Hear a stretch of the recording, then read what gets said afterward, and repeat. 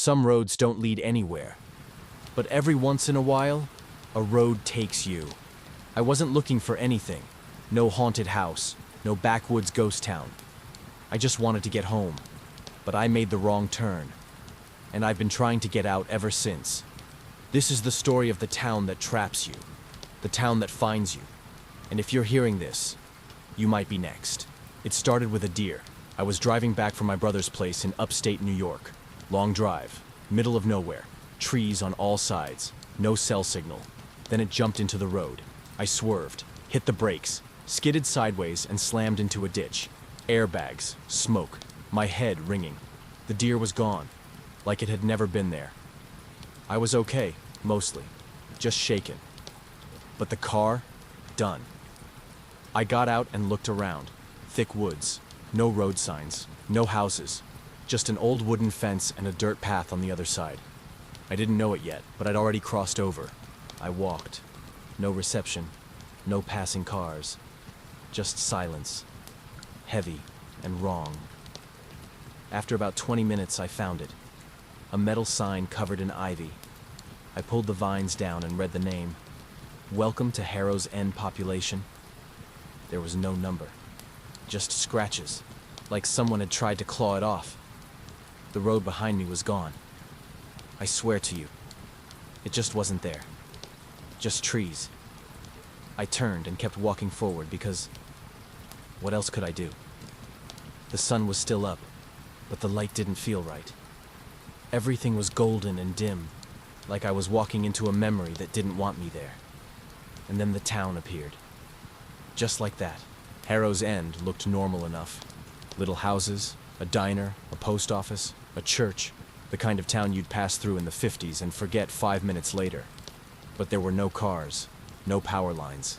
The street lamps flickered without buzzing. And then, people. They weren't wrong at first. They waved, smiled, acted like I'd always lived there. A woman named Mary said, "Back from your walk already?" An old man at the bench nodded at me. "You made good time." They knew me. They called me by name. I'd never seen them before in my life.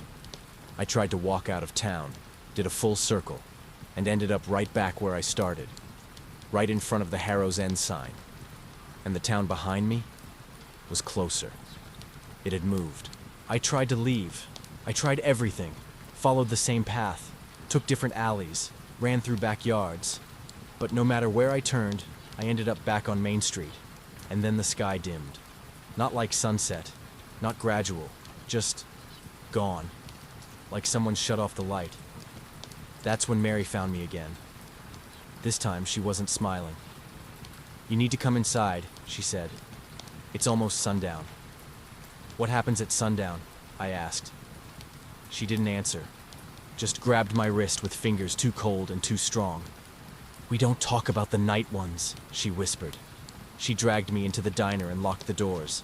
Thick bolts, salt along the windowsills, an old lantern that burned blue. Others were already inside.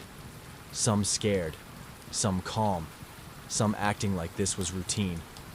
I sat in the corner, heart pounding, as something scraped outside. Long fingers on glass. Then a voice, mine, whispered from the other side of the door. "Let me in. Over the next few days, or weeks, I can't tell time here, I met others trapped in Harrow's End. There was a teenage girl named Claire, stuck here since 1997. A man named Douglas, who remembered rotary phones, and a woman named Lena, who wouldn't tell anyone how long she'd been here. Each came the same way. Wrong turn, strange road, no way back.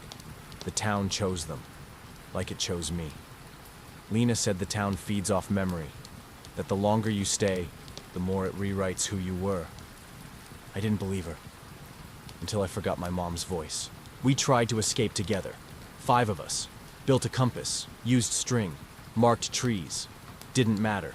Every path, every road, every turn, it all looped back, like the town wanted us to try, wanted us to feel hope, then crush it. Claire cracked first, ran into the woods alone one night. We heard her scream, then laugh. The next morning, she was back in the diner, humming. But her eyes weren't her eyes. They were black. Lena took me to the church, the one place no one else would go.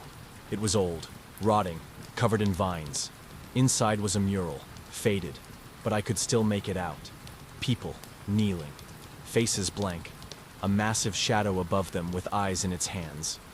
"The town isn't cursed," Lena whispered. "It's a god, and we're its dreams." I laughed. Then the floor opened beneath me, and I fell. There's something under Harrow's end, a heartbeat in the soil, a presence. It showed me things, 100 versions of myself, some screaming, some empty, some smiling like Claire. Then it spoke, not with words, with understanding. "You are mine," it said. "You looked. You saw. You're part of the story now." I woke up in the diner, but I wasn't alone in my head anymore. I'm writing this now from the sheriff's office. It's empty, abandoned, dusty. Tonight I'm going to try one last thing. There's an old tunnel beneath the town. Lena says no one's ever returned from it. But I'd rather die free than live as its puppet. If you find this recording, this journal, anything, don't follow the road. Don't look for Harrow's End, because if you look, it'll find you. That's the end of the story. I hope you enjoyed it. If you did, please like and subscribe to the channel. What was your favorite part? What would you do differently? Tell me in the comments. Thank you. And have a scary night.